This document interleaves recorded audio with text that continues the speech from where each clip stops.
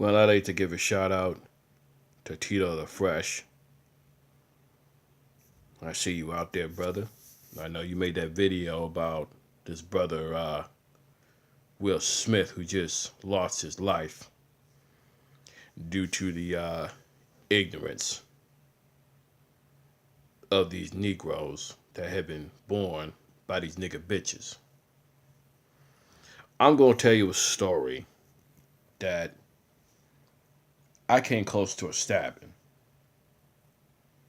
Well, actually, two altercations. First altercation, and this happened maybe about 3 years ago, where I was at a 7-Eleven. I was chopping it up with white this white man who was getting ready to be a taxi driver. And we was just sitting around, just chopping up, talking, certain things. And this one young black brother, about my skin complexion, he shows up, and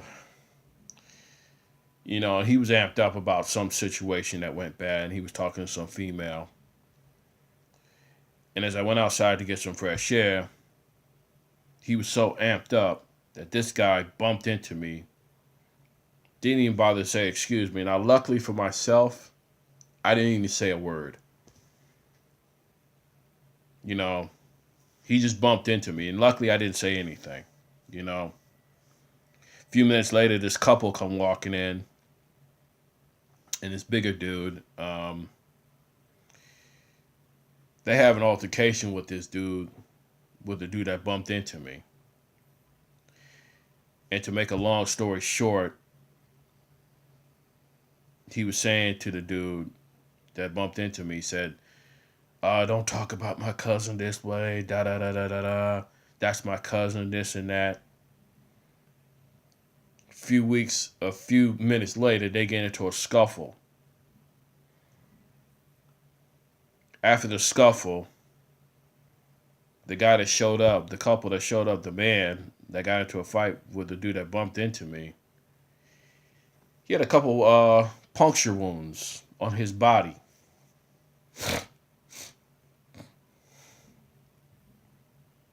And after that, they took off at the. They wind up taking off, both of the culprits. Now, the guy that bumped into me had a knife in his hand, and he bumped into me.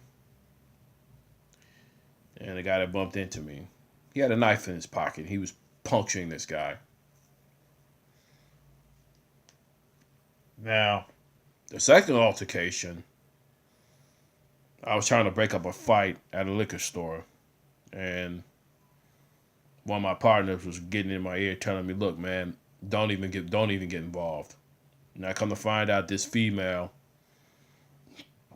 and her moms, now knowing the women, they don't want you to touch them if you get into a fight with them. Now, this woman was so ignorant, and she was my complexion, as you can see here. Now, this woman is a flat out one of these nigga bitches that does nothing but flat out be destruction. Now, luckily, I was able to avoid them. I may not avoid them long, but who knows? I try not to look for them or anything. And I'm just gonna come out and say this. And then, oh yeah, shout outs to that brother who provided that link in my comment section about the sick behavior of black women. I'm just gonna come out and say this, and I'm gonna say this very thoroughly. I don't blame smart black men for investing their money in passports.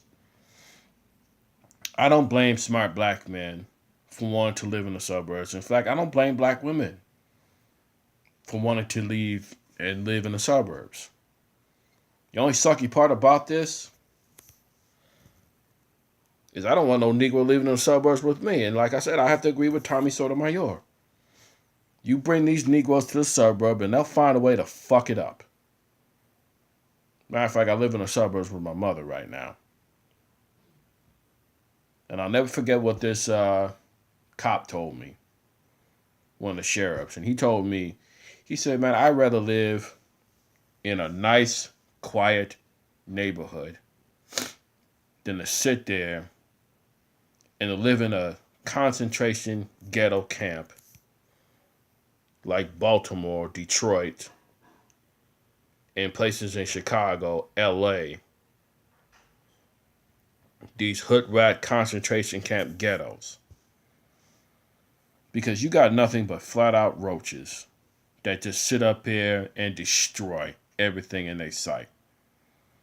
You don't believe me? Go ask the 300 Club in Detroit that was trying to go clean up their neighborhoods and take their streets back.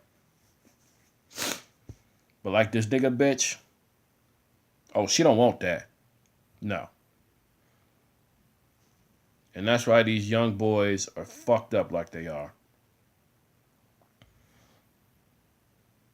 It's a damn shame that this Will Smith guy, who lost his life to a Negro.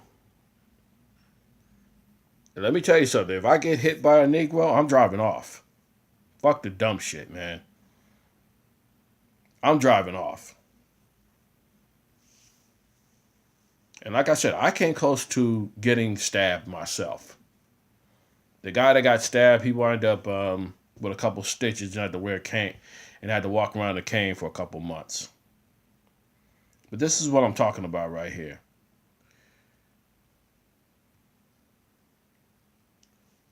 The black community has been extinct. It's dead. There's no hope. There's no change. And you Negroes won't accept it. You pro-black back to Africa Negroes, you know you see this, but you won't admit it. And to you smart black women out here, you know you see this. You can deny this all you want. But this is the reason why that most black men are dating out and don't want nothing to do with you. Now, some of these church guys, even though that these church people live in the suburbs, I don't blame them for not wanting to live in the black community.